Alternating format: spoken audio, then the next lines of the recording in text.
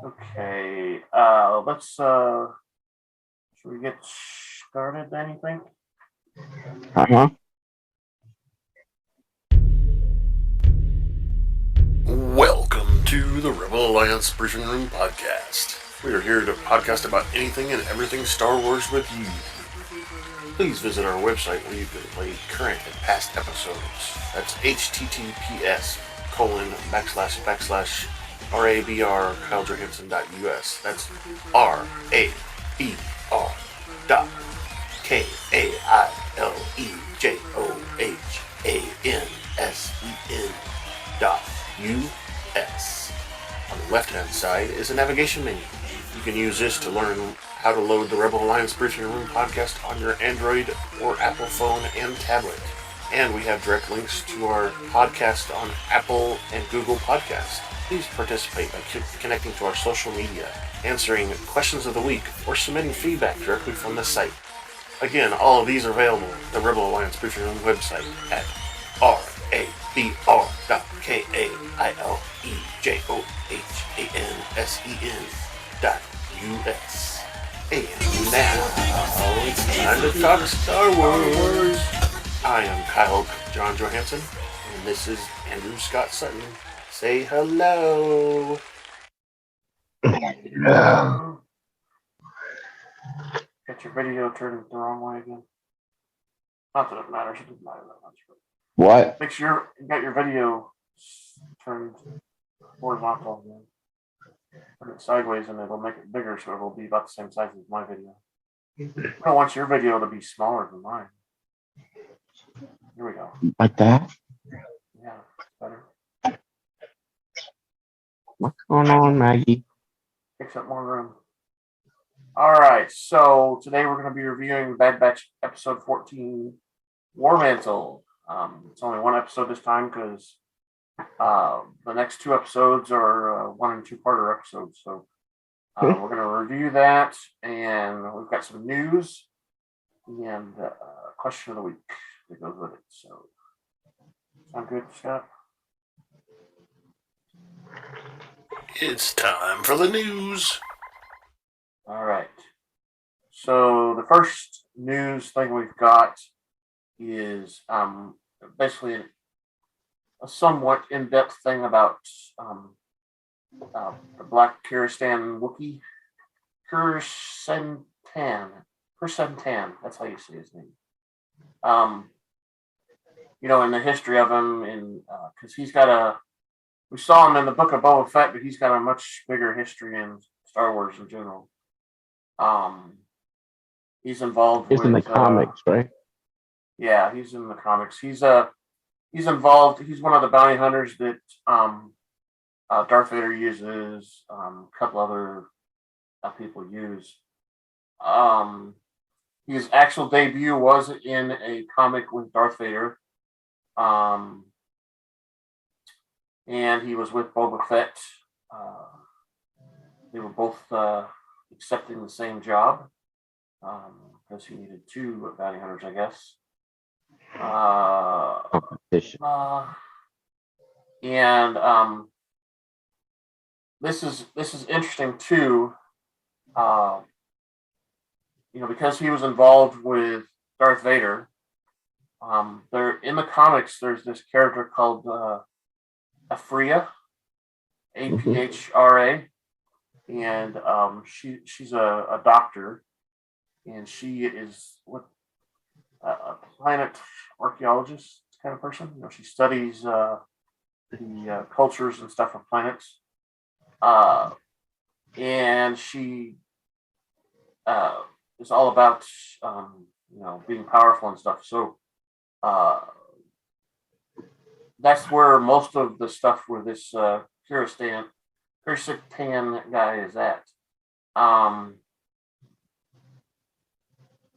So Dr. Aphria, and it's interesting thing too, because I read one of the Dr. Aphria books.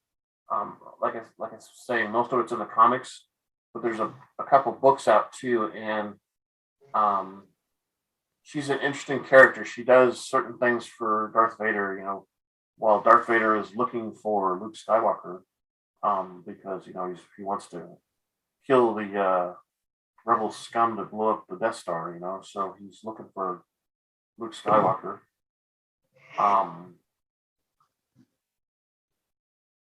Of course, this is before he realizes that Luke Skywalker's his son, but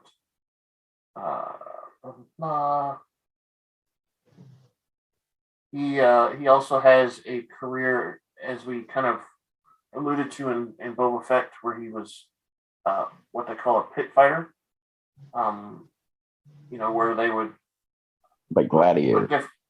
Put different people in a ring, and whoever wins the battle, and usually when you win because you survived, you didn't get killed. And he was a huge star in one of those. Obviously, he never died, but he won quite a few.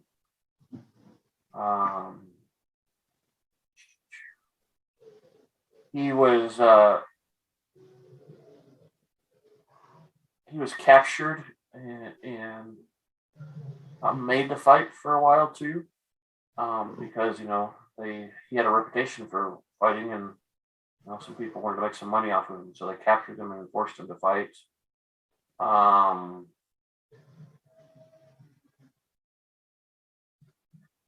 And it says that these brothers that captured him, the Zonti brothers, they also cybernetically enhanced him. So he's got some mods on him too that we don't see. Wow. He got the paw claws for the electrical stuff. Yeah. Well, I think those are just attached. Things you can, kind of like put on like a glove or whatever.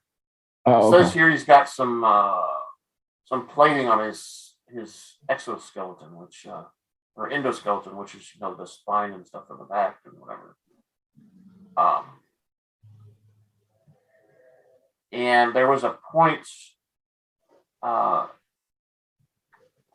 when he's fighting that he ends up fighting. At least in the comics, he fights Luke Skywalker in one of them, and that's where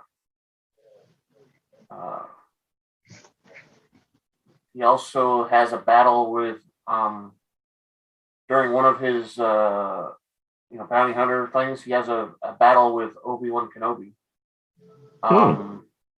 And if you remember in the Boba Fett, he had he had a scar on his over his eye. Yeah. That was given to him by Obi-Wan Kenobi. By his lightsaber. So does that mean that he may show up in Obi-Wan? It's possible. It's very possible. And they talk about that in here too. Okay, in the early days, Krrsantan worked for Jabba the Hutt. He took a trail that led him to Owen and Beru, Lars, where Luke Skywalker's at, which is how Kenobi got, because he didn't want. He was working for Darth Vader, which was looking for Luke Skywalker. Yeah. He didn't want this guy to report back to Darth Vader that Luke Skywalker was right there under his nose on Tatooine. So they had a battle over that. And like I said, there's a big part of the comics where he's working with this archaeologist, Dr. Afria. But that's him in general. He's worked for the Hutts. He's worked for Darth Vader. He's worked as a bounty hunter on his own. He's done quite a bit in the Star Wars. I would say a lot of that's Legends. Yeah. Because most of those comics are Marvel comics. Mm-hmm. Marvel actually does most of the comics anyway, but I don't think any of them are officially canon or anything like that yet. Some of the Darth Vader ones are, I guess. But I don't think Dr. Afria is even canon yet. But his whole motivation was money. if it was a bounty, he really wouldn't have researched who the Right. bounty was. Well, I mean, it was, a little bit, but also, he had, from what you remember from Boba Fett, he had lots of aggression too. Yeah. So, maybe bounty hunting was a way to, release some of that aggression towards the bounties he was getting. And he probably took harder bounties on purpose because he could handle it and wanted to, release aggression. Yeah. That's one of the articles, and that one is actually from StarWars.com. They put an article out this last week all about this guy. The next one is from a place called cinelinks.com, and it talks about the Star Wars Vision shows. The ones where they had most of them look like they were, samurai kind of kids and stuff like that. All animated, and it's saying basically that they have heard that there's going to be a season 2, and it's supposed to be announced during the celebration stuff in May. That all comes around the same time Obi-Wan Kenobi's coming out, but it's is that week? Is that conference that week? Yeah, it's all that week. The 23rd, I think, through the 27th or whatever. Okay. The entire, it's quite a bit, and that's because they have all these panels and stuff talking to, different people, and most of our shows are going to have a panel there. There's going to be a Boba Fett. There's going to be a Bad Batch one where all the voice actors and directors and all that stuff are there. There's going to be a special panel with David Filoni and what's his name, Favre or whatever. Anyway, this Visions season 2. It's basically going to be. It may not be continuations of some of the scenes we saw, because most of those were all one-off scenes, right? Yeah.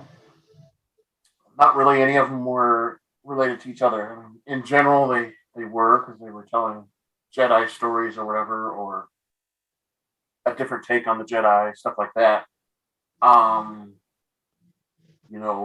Kids realizing that they've got another power or whatever.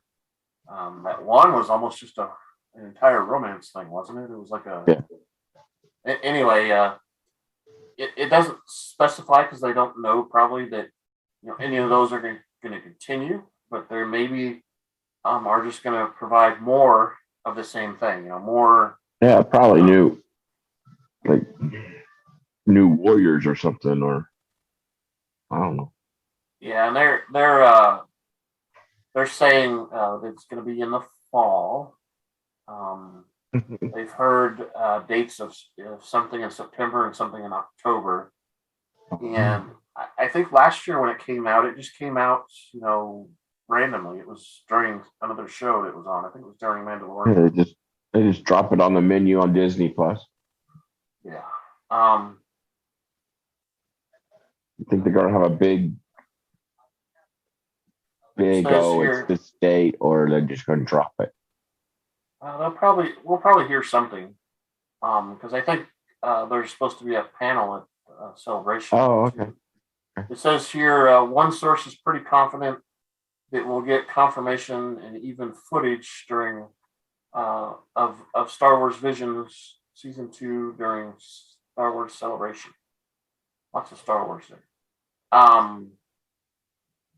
They're kind of being really tight-lipped about a lot of stuff, because they want to save some surprises for Celebration next month. So, and that's like I've said before. That's why we haven't seen a lot of Star Wars news lately. It's because keeping it tight. You can't give up. You can't give anything up when people pay that much to go. Yeah, to that place, do that stuff. It's expensive for sure. All right, so the next article is again from StarWars.com, and I think this is an older article. Yeah, this was first put out in August of 31st, 2021. But it's basically giving some details about Mustafar, the the lava planet that Anakin first lost his legs and everything because Obi-Wan Kenobi had the high ground. He's sitting there right at the lava river and they're going burning up. Isn't that where I hate isn't you. that where the tower of Darth Vader's at? It is. Darth Vader's lair? And there's a little bit in here about that, and we'll get into it too. But this planet originally wasn't full of. It didn't have lava rivers running on it all the time. Mm-hmm. It did eventually. One of the volcanoes blew its top, kind of like Mount St. Helens, and it just never stopped flowing lava after it did that. Let's see, what does it say here? Volcanic hellscape. Again, like I said, the big epic duel in the lava river with Anakin and Obi-Wan Kenobi. Where Obi-Wan cuts off his legs and his arm gets burnt off a little bit, something like. Anyway, let's see. Mustafar was once a green, lush planet teeming with life until Lady Corvax plunged into chaos with her Aeon engine. The Aeon engine was an attempt to resurrect her deceased husband who died in combat. Whatever she did to use this engine and make this engine, cause the internal planet stuff to be extra active. So it became a planet that was now full of rivers of lava and very warm in general. It basically drained the atmosphere and also did something to the core of the planet. It says here after Vader lost to Obi-Wan, Mustafar became a refuge for Darth Vader, and he built a fortress there. And isn't the fortress like an antenna? Since yes, the dark side is strong on that planet. It is. So after Darth Vader's been there for a while, he discovers that there's a force Lucas, something like that, which is just a focusing of certain parts of the force in a specific area. And Vader believed he could use it to unlock his unnatural abilities, and allowing him to restore Padme back to life.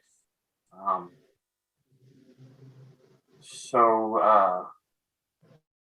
Palpatine granted Vader the planet and offered him something in addition, which was the mask of Lord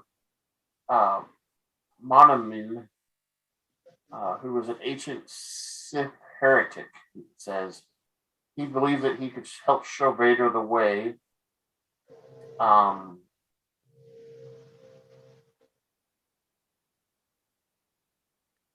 Okay, so whoever put the mask on of this Monome guy would basically become the guy. He was actually dead, but he possessed the mask. So whoever wore it became the guy. So Vader used that to learn how to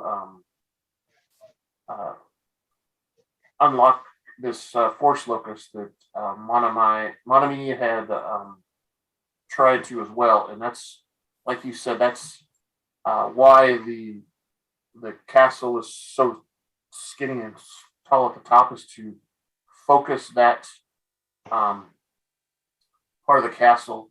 Key features built into the castle were focusing chamber and tuning spires, which are the high parts of the spire.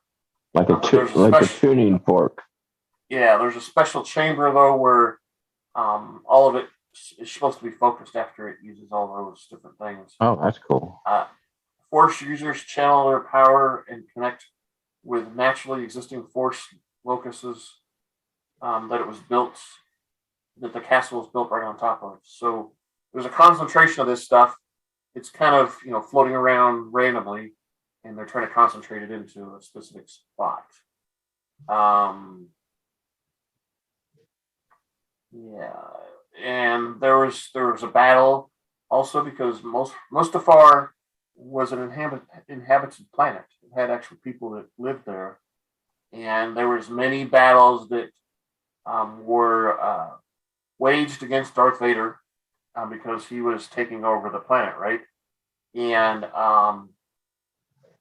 Darth Vader used these special powers he was gaining from this focusing, and was able to repel all of the attacks by using the special powers and special strength he got.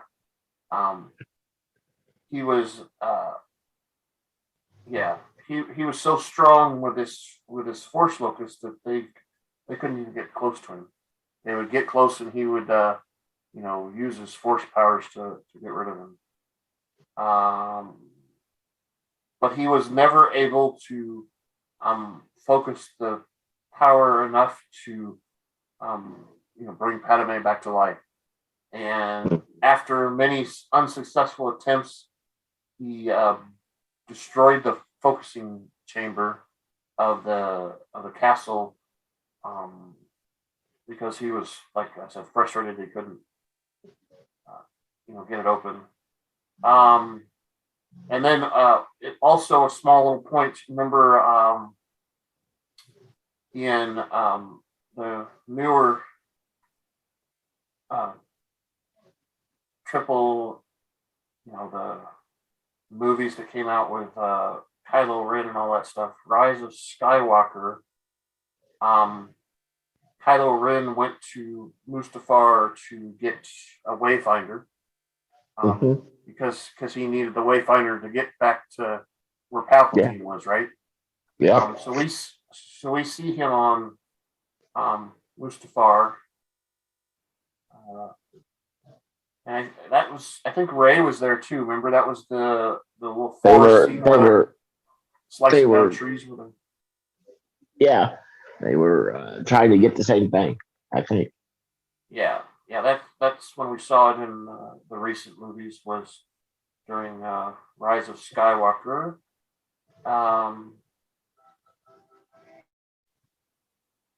And it's weird because it says in here that the trees that were in that scene and stuff, they're supposed to be what they call iron trees. So they feed off iron, which is part of the core of the planet. So and they were special trees, meaning not force special, but they were they were trying to the people of the planet were trying to preserve them. But it ends up the planet, that's the planet that kind of explodes and cracks and falls apart and stuff. Yeah, it's the same. So the planet, I don't think those trees survived very well. But anyway, that's our third article, and I just thought those were interesting because I still don't see how with all that he could reach out and disseminate and figure out Luke Skywalker what said. Yeah, well, unless Obi-Wan was sitting in his cave and blocking all that, meditating. Could be part of it. But you also have to remember, something that Yoda said in the prequels. He said that the dark side is clouded; they can't see it very well. So it's the other way around too. So Luke was on the light side, Darth Vader was on the dark side. So they can't see each other very well. They can, as we know from Kylo Ren and Rey, but Rey was different. Rey was more she blurred the lines. We saw her, explore the dark side and the light side. Yeah. And that's kind of how she was able to communicate with Kylo Ren a lot because That was weird when I first saw that. I was like, what? she was exploring the dark side too. So, But she can was in tune control with it, I both. guess. A I guess little she. bit. Yeah. A little bit. In the beginning of the movie, she had no idea what was going on. Hmm. And obviously, we found out, that Palpatine was doing that. Let's play this real quick. The news. All right, that's it. So that was our news stuff. Again, I thought those were, since we're starving for news, I thought those were good things to talk about. I kept reading. I read something. I don't know where I just came across while I was on break one night last week. It was about how Darth Vader would never be whole again because even though he had a bat the tank because it was damaged so bad. Yeah, he was damaged real bad. Yet he had the power to bring somebody back from death, but he couldn't do it to him. He never actually Achieve that? achieved that. No. Oh, okay. I think. See, we don't know for sure, but in that last movie, it looks like Rey brings Kylo Ren back from the dead. Mm-hmm. But we don't know that for sure. Well, she heals him, and he healed her within the same movie. Exactly, which is odd because we've seen that when they do stuff like that, it kind of wears them out. Mm-hmm. But whatever. I think that I think it was. I think they were yin and yang. They were meant to be together. Except for he died in the end. Yeah, but I mean, Yeah.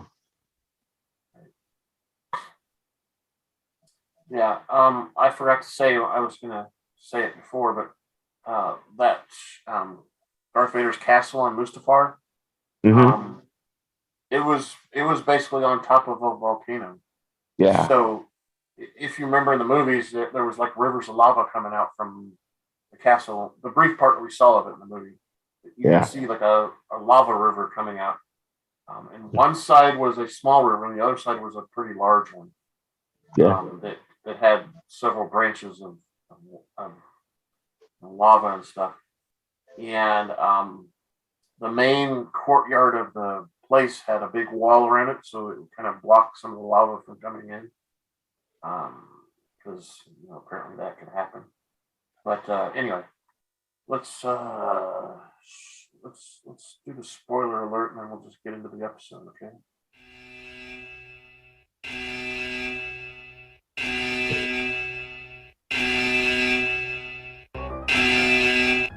Spoiler alert. Danger. You're about to be spoiled. This is your spoiler alert. We're about to talk candidly and explicitly about some TV shows or movies. If you have not watched them, please fast forward to the appropriate section. You will not be warned again because you will be spoiled.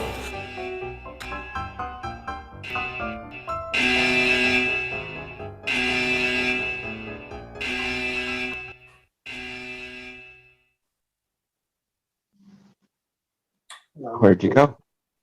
I'm right here. My computer is having trouble with the video. It's the same problem I've seen before. Let's try this camera. No cameras are working. That's my camera for my laptop. Let's try this. There it is. What? Oh, that was weird. All right. So, again, we're talking about season 1, episode 14, War-Mantle.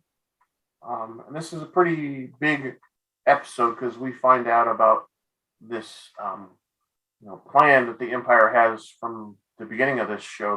They're talking about War-Mantle. At least, what's his name?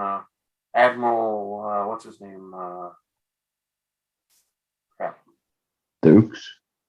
Admiral Rampart is talking about it most a lot of the time. So this episode starts out with a scene that they call distress call, and it's on the planet of Darrow. A clone trooper is being hunted through the forest by a bunch of troopers and some, weird mastiff. They call them mastiff dogs. And we don't know at the time that this clone is actually called Gregor, and we've met Gregor before. He's been in the Rebels too. Yeah. A couple times. Captain Trigger. Yeah, he's a captain.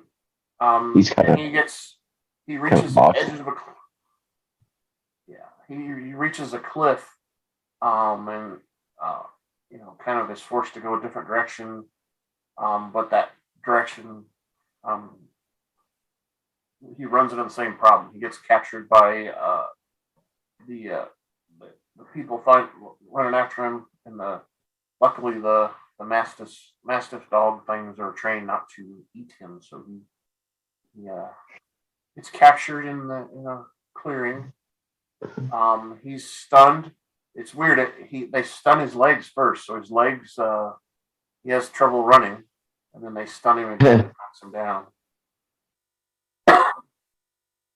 They drag him away through the forest. During this, let's see, yeah. So during this, tussle in the woods, he leaves a little beacon thing underneath a rock somewhere that's supposed to be signaling somebody. So we switch then to the Marauder. Omega is attempting to fix Gonki, the weird robot, and she's she's copying what Hunter's doing with his knife. He's playing with his knife, and she's doing the same thing with her screwdriver. Oh yeah. And that's when Echo says they're being hailed by Rex. They get an incoming transmission from Rex. And Rex appears to be pretty distracted, but he's telling them that there's a clone that needs to be rescued. And they're like, "What do you mean a reg? We don't know about those guys. We don't like regs. Regular clones. Regular infantry." Because they're working for the Empire, right? Yeah. So they don't trust him. But Rex explains that this guy's an old friend of his, and he needs to be, brought out of the situation he's in. And Rex doesn't have time to explain because he gets pulled away during the call. He says he's got to go, but gives him the coordinates to where the beacon's at. And they're discussing it and everything. Wrecker asks what it was all about, and Tech has already figured out that it came from a clone numbered CC5576, originating from Darrow, a planet in the Outer Rim with unknown settlements and installations. Hunter and Echo kind of argue about why this trooper's all the way out there. and Echo says it doesn't matter.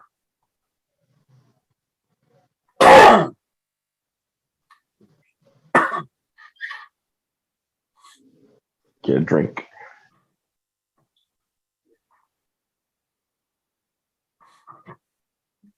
Anyway, and they talk about how they don't have very much intelligence, but Echo responds that it's Rex and they've done jobs with less information for Sid.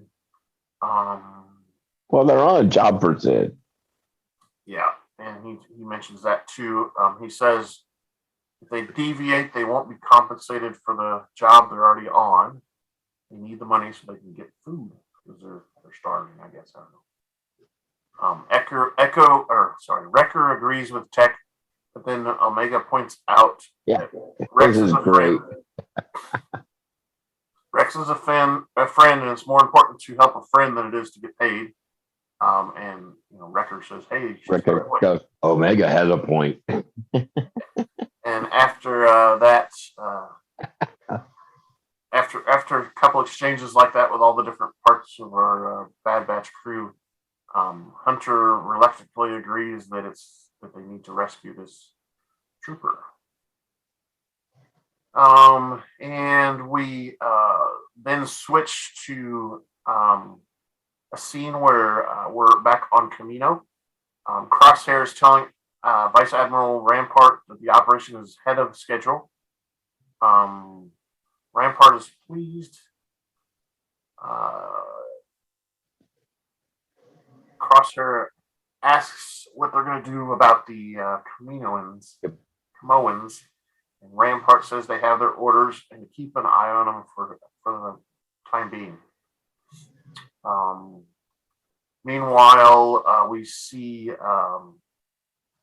one of the Commodians, I think it's Lama Su, talking to some juvenile clones.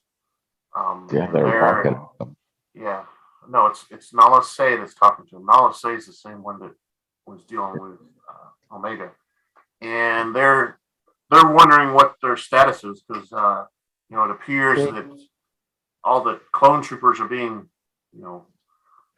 Yeah, abandoned. I find something strange about that. How the youngin keeps asking questions, and yet they're clones, and they're supposed to just follow orders. Yeah, but they're still in training though, so they don't. Maybe all that training's not embarked. I don't know. And still, and, they're wondering. They're young. He's not sure if they're still soldiers or not. That's one of the things he says because basically the Empire is emptying out the planet. They're taking all the clone troopers away and disabandoning. What the operation that the Camoans are, doing with the clones. So they won't be making any more clones. They're probably the last of the clones that'll be ever produced is those young kids that are locking in.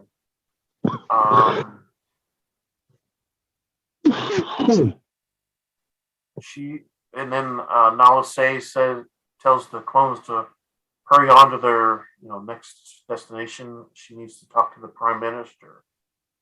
And they go into a private room, and he tells her that the Empire has canceled all their contracts, and she doesn't understand why they have done that because they've proven their worth. And Lama Su, the Prime Minister, says that the Republic is no more, and it has empowered the Empire, and the Empire. He fears the Empire is going to destroy them, and he orders her to ensure her survival and gather essentials while he makes arrangements for their departure. Which is weird. So that means he's pre-planning for an evacuation, or he's attempting to sacrifice Nala Se because he knows she's gonna get caught. Let's see, and then we flash back to our team. The Marauder descends and lands on the planet Dario.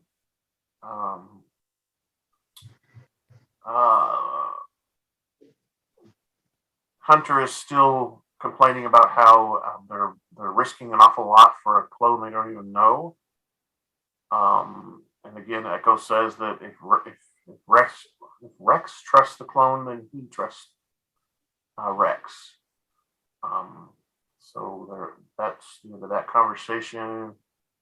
They go out to find the beacon, kind of go off in different directions, and Omega finds the beacon under a fern, it looks like. And Wrecker asks where this clone is. The beacon's here, but the clone's not. And that's when we see Hunter kind of look at the ground. Oh, there's been a ship that landed here. There's been a chase here. Someone landed here. You know, as we go through, he sees all these things just by touching the dirt. I don't know. It's kind of weird. It's a trap.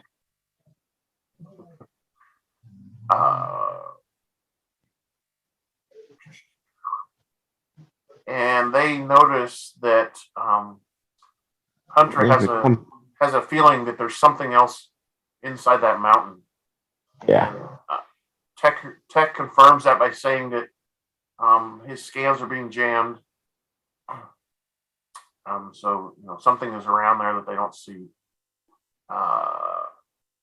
Hunter tells them to that Omega and Wrecker need to go stay aboard the Marauder and be prepared for a quick exit.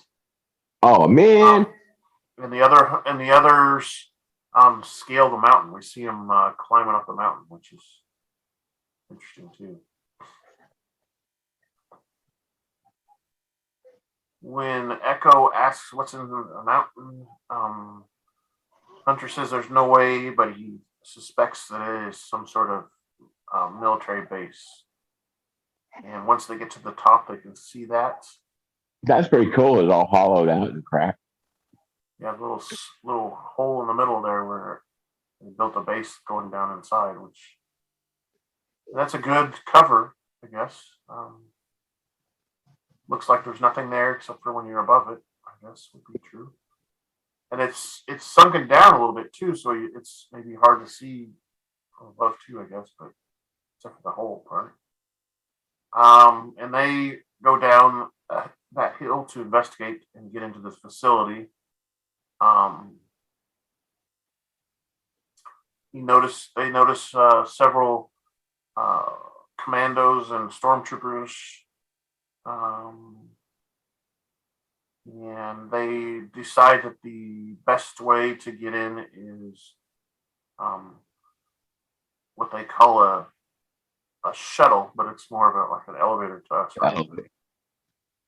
So they scale down there and climb on top of one of those. It always happens in Star Wars. Yeah. Echo reminds them of the mission. Hunter adds that they're going inside without any reinforcements. And Echo reminds them that they did the same for him when he was on Seko Minor, trapped. And they did it with even less resources than they have right now. And then we flash back to the Marauder where Omega and Wrecker are playing a game. And they receive a transmission from Hunter. Tells them they haven't found the reg yet, but they're inside of an Imperial base inside the mountain. And he's telling them that they're probably going to lose comm signal because it's either jammed or they're going to be too deep in the mountain. And he wants them to stay alert and be ready for their next transmission because they're probably going to need a rescue. Tech mentions that they need to tap into the database to find where CC5576 is located. Crazy numbers. Yeah. Echo uses his cybernetic arm to read the network. He finds there's a new type of encryption that they're not used to. It's not clone encryption or anything like that. They've been in the past. Echo finds a list of personnel. He sees 50 clone commandos and 1,000 TK troopers. And that's when Tech says, I'm not familiar with the TK designation. If you remember, the TK is like, The what's his human name? stormtrooper, like what's his name? Yeah, that's what I said. God, that ran away. In the Sky, Rise of Skywalker and all that stuff. Anyway, they get inside the base. Oh yeah, they're already in there. They find the location, and he's in. He's on the. I think they said the 4th level, cell block 25. Yeah, 4 levels down, cell block 25. So they go deeper in, and our next scene is we see we're inside Gregor's cell, and we see him looking out through the the barrier door of and he's asking one of the guards to get him some food, and they call him Captain Trader. And that's when we hear the Bad Batch knocking out some of the guards. Yeah, we get some pew pews, and that's when they find out what his name is. That's when he says, "My name's Gregor." After they question him a little bit, and he's like, "Well, who are you? Why do I need to tell you?" And they explain, "Oh, Rex sent them." Okay, my name's Gregor. Let's get out of here. Yeah, he was ready to move. If they opened that door. Gregor explains that the troopers are gathering for inspection.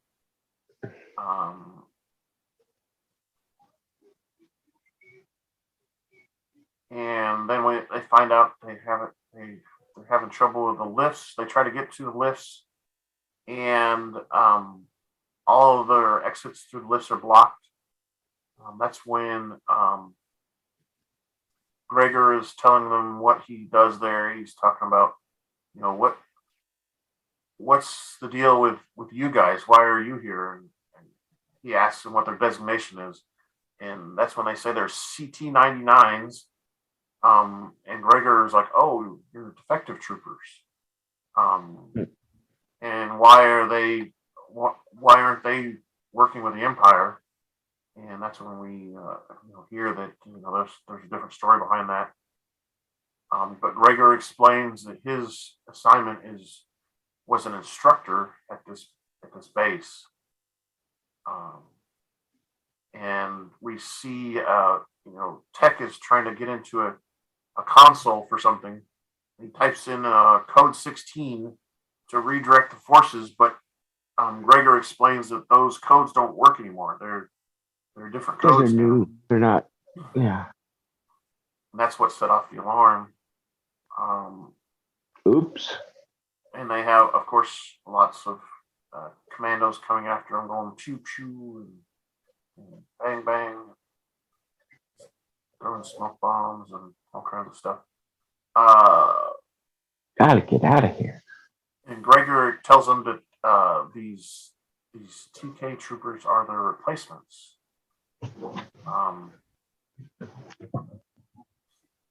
They fight their way through them. Gregor replies that their escape route is blocked, and they have to find a different way. And Hunter talks to Gregor a bit about him training these troopers, and why the troopers aren't better than they were. And Gregor says, "Well, I didn't teach them everything. That wouldn't have been smart of him to do," he says.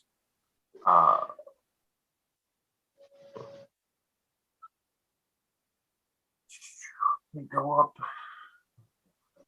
Echo asks about the replacements again. Gregor explains that the clone troopers were soldiers of the Republic, but no longer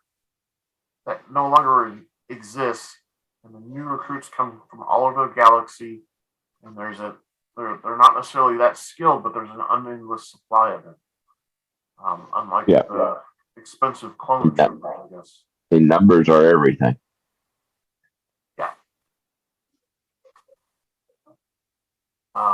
And we flash back to the Marauder. We've got Gonki walking around. Of course, Wrecker's taking a rest. Omega asks Wrecker how he can be so relaxed when the rest of the team's out. And Wrecker says he's recharging before all the action. And Omega's again says, I can't relax. What if something's gone wrong? Wrecker reassures her. And then we go back to the Bad Batch and Gregor. They're in a big battle. They realize that they're going to have to go a different direction, like I said. And Tex says that he needs to do some research. He looks at his little tablet he's got. And he realizes that any exit going up to the top has been blocked by there's troopers along every section. And he suggests they go through the reactor conduits to escape. And Gregor explains it's only halfway up the mountain, and they can't survive the jump from the end of the tunnel or whatever. And Tech says, well, once we get out of there, we can signal the Marauder and they can come pick us up. And that's when Tech blows off one of the hatches to the conduit, and they begin going up and down these hallways. Echo asks Gregor how he ended up on Dario. And he says he was sent with a bunch of clone commandos, but quickly realized that he wanted out of the assignment. And Gregor mentions that the Empire doesn't take kindly to desertion.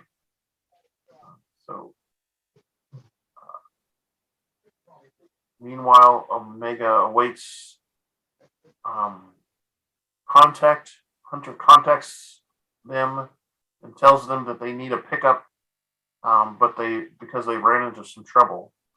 Obviously, we've got some fighting with troopers and such with the team. And we get a bunch of troopers that all of a sudden realize where they're at and start coming in.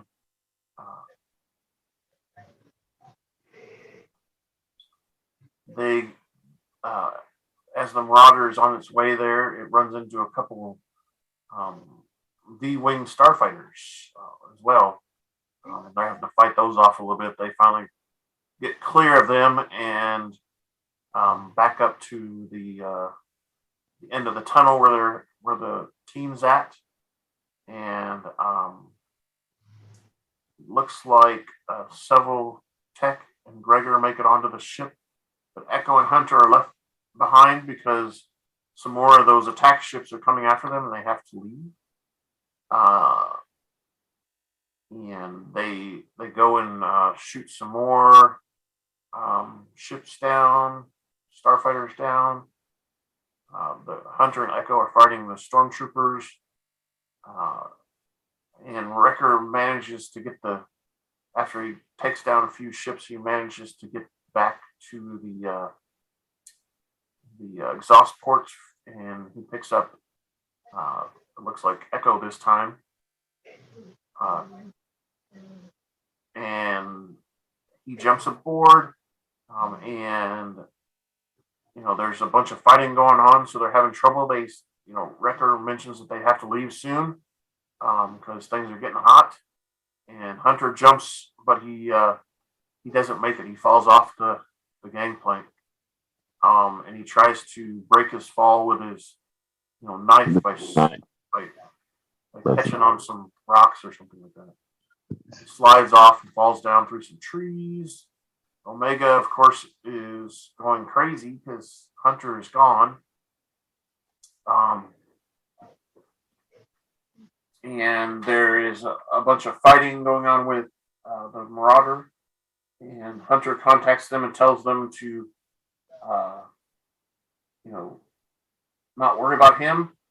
And of course, Omega has some opinions about that. Wrecker and him are attacking some of the V-Wings. And we see a ship land near Hunter as Hunter rises from falling. And he tells the other clones to save themselves to get out of there. Tech is not willing to abandon Hunter, but Hunter orders him to take the others to safety. And the Marauder leaves. Wrecker continues engaging with some of the V-Wings. Several crash into a mountain and get shot down. And Omega pleads with Hunter to order the rest of the gang to come back and get him.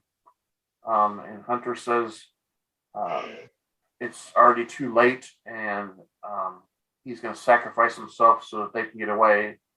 And that's when we see him being surrounded by stormtroopers and commandos as the Marauder flees into hyperspace. And then we flash back to Camino, and Vice Admiral Rampart is talking to Lama Su, telling him that he's disappointed in the lack of cooperation. He informs the Prime Minister that disturbing matters been brought to his attention.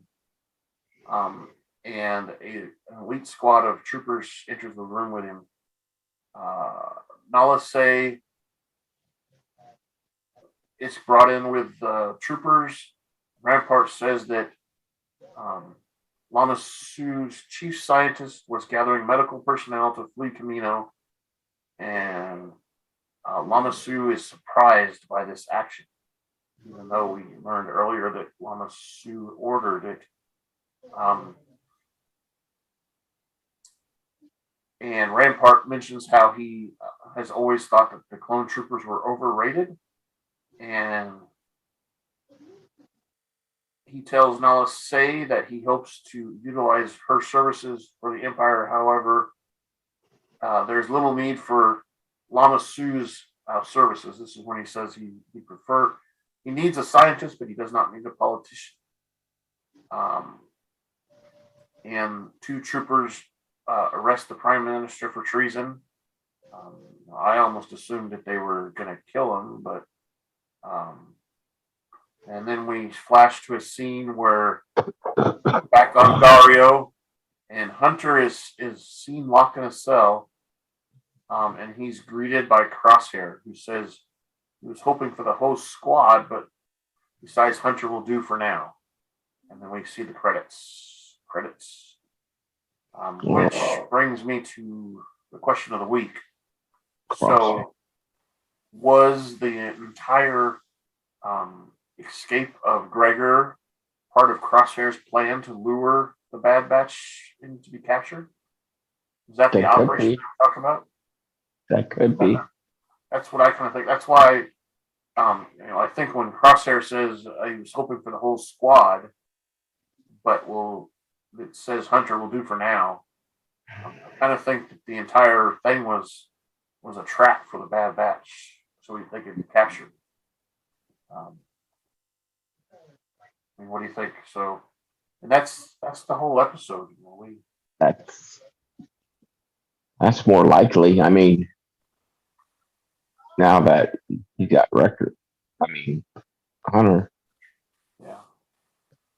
So, let me do this. Well, you shake it off here. Are you planning your next trip to Tatooine? Well, come on down to Pelly's Mod and Repair Shop, where our droids will spruce up your wagon. We'll service just about anything from Starfighter Corellian Y1300 freighter to a Vespa hovering scooter. If we don't have the part, we can get it. If you qualify for our special program, we'll provide you with any part our Jawas can get. Well, that's right. Come on down to Pelly's Mod and Repair Shop, where we can store fuel and upgrade your vessel. We're located at Tatooine's Mos Eisley Spaceport, Hangar 35.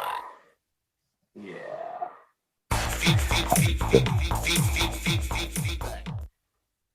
need some feedback, people. Lots of feedback. So, questions of the week we talked about. You can talk about how Scott's been sleeping half the time. You can tell us anything and everything. Tell us how bad we are. If you don't like us doing the scene by scene review, tired of Scott sticking his tongue out, any of that stuff. So we need, Okay, I'll as stop. much. No, I'm just kidding. We need as much feedback as we can get because it's not the same without people interacting as well. So we do this for fun, but it would be even more fun if people participated. I do know that we now have 3 people following our podcast on what is this?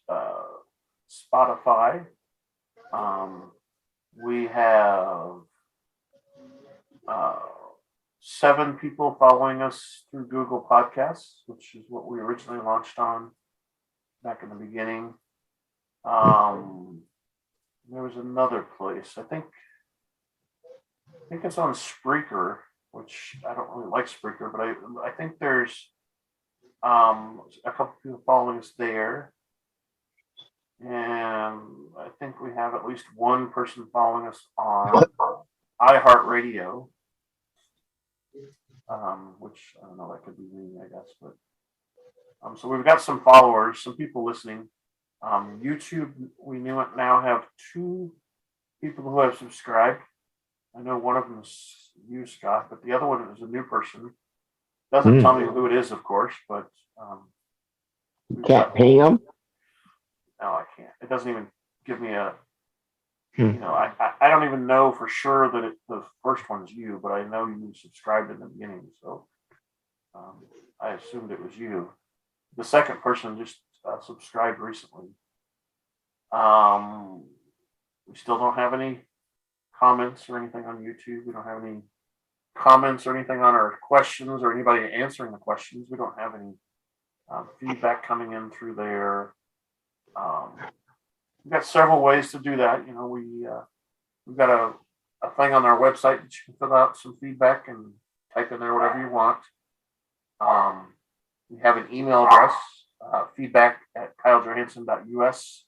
You can send us an email, maybe attach a video or audio to it, and we can play some audio on here.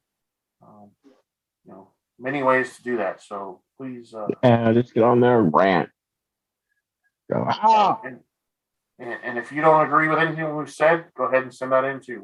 That's more the better, We don't care. We don't care. So send it in. Send in whatever feedback you've got.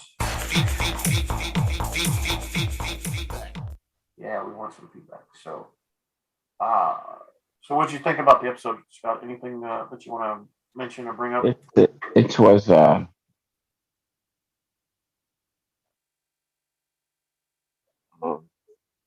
I'm thinking.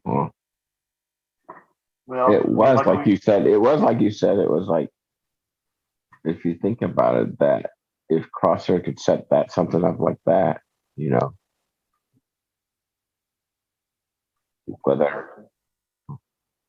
whether it's all, Crosshair make Gregor do it, or it was just something that fell in his lap.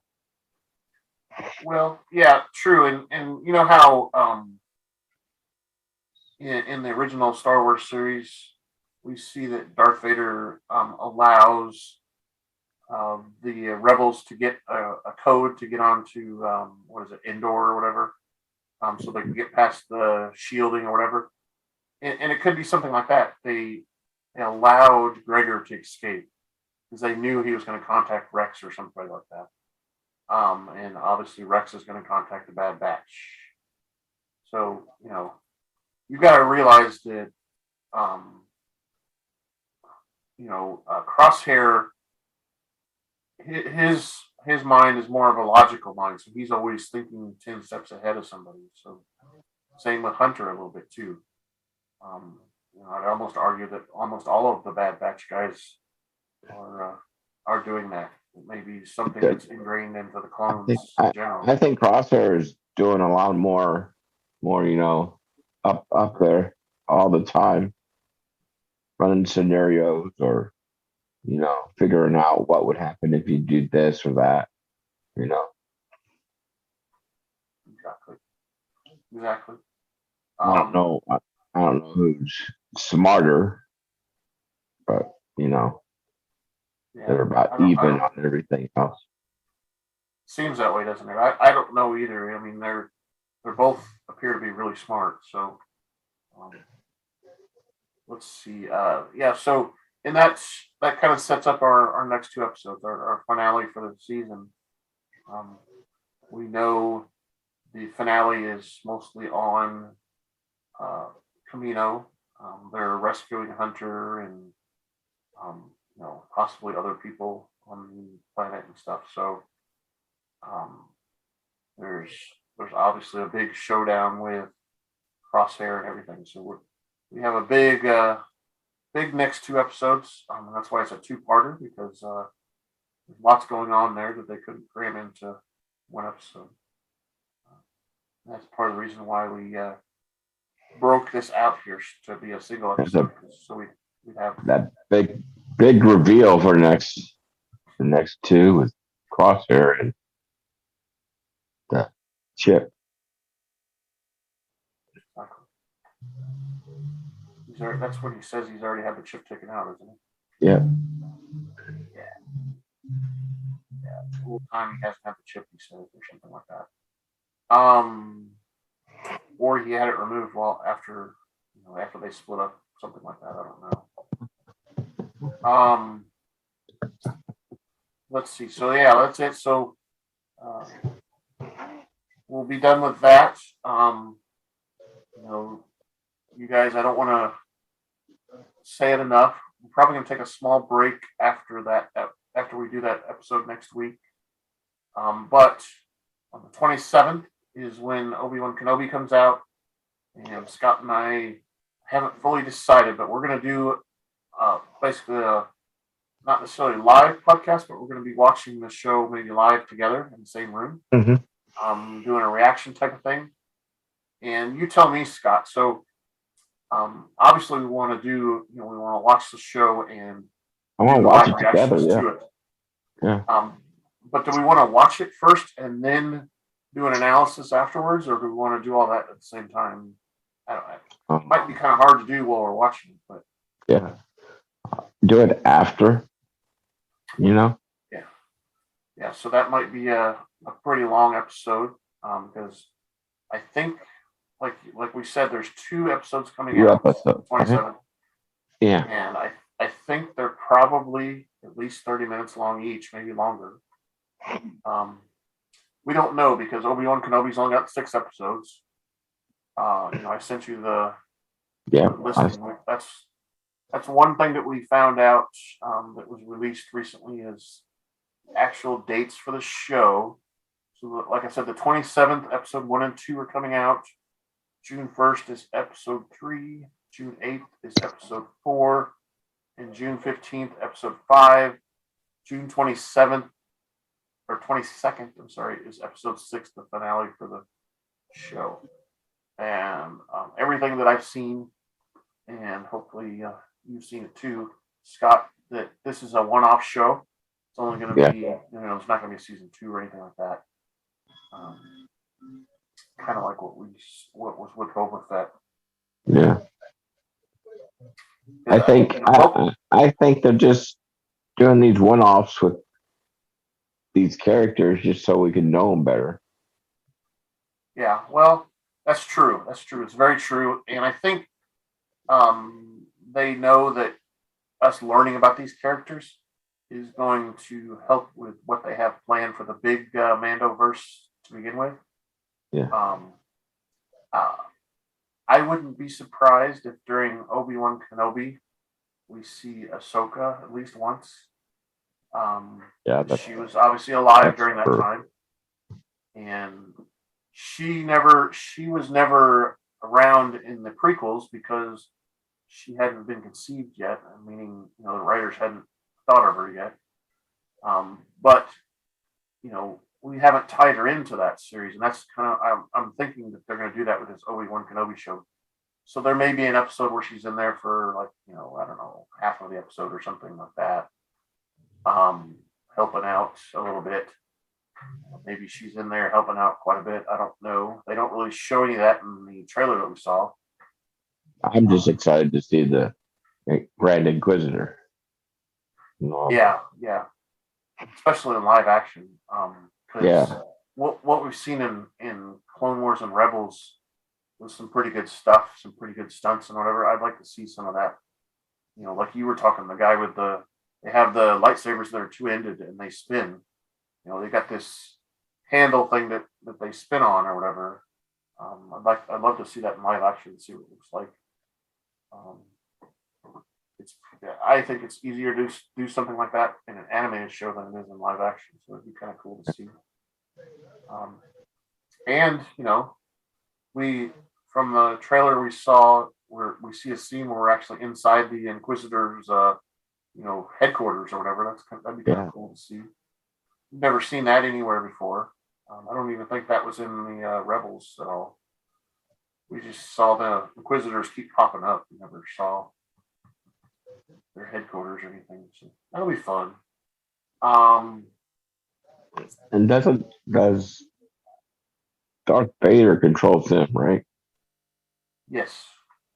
Yeah. They're at this time in the Star Wars timeline, Darth Vader has employed them to go find any remaining Jedi that are, stragglers that haven't been eliminated by Order 66. Order 66. So did Darth Vader, this is going way out, but did Darth Vader know that Leia was his daughter? I don't think he knew until, remember when Luke and him were fighting and he was telling Luke that his friends out in the distance, they were looking through a window in the Death Star or whatever, his friends were going to be eliminated, and Luke was worried about it. He says, I can feel you thinking about them. And then he says, sister, Obi-Wan was wise to hide her from you. I think that he didn't know. He might have known that Luke was around, but he didn't know that there was twins. So I think Luke. I think Luke was more projecting and didn't know how to hide that he had the Force early on. Yeah, that's true. And I think also, back in my mind, I think that Luke revealed the Leia thing on purpose because he was trying to, turn Darth Vader to the light side, remember? Yeah. He kept on telling his father to join him and, they can, defend the galaxy themselves or whatever. And Darth Vader's like, no, come with me and we'll have all the power ever. We'll rule the galaxy as emperor and father and son, all that stuff. So, yeah, and that's another thing that I'm excited to see in the Obi-Wan Kenobi because, we're going to see the early Darth Vader basically, and it's going to be more raw and stuff where he's still, we don't see him a lot where he's thinking about, Padme or anything. We don't see him where he's struggling with, the idea that, he's doing all these bad things. And I think we're going to see some of that. Do you think we'll see in the movies? The Black Wookiee? In the movies, I don't know. We might, because we might see the scene where Obi-Wan, cuts him on his eye.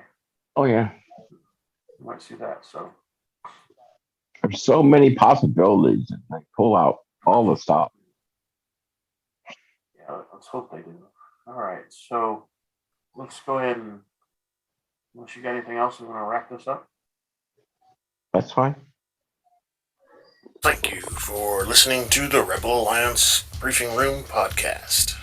Please visit our website where you can play current and past episodes. That's https://RABR KyleJohansson.us. That's RABR.KyleJohansson.us. On the left-hand side is a navigation menu. You can use this to learn how to load the Rebel Alliance Briefing Room podcast on your Android or Apple phone and tablet. And we have direct links to our podcast on Apple and Google Podcasts. Please participate by connecting to our social media, answering questions of the week, or submitting feedback directly from the site. Again, all of these are available at the Rebel Alliance Briefing Room website at RABR.KyleJohansson.us.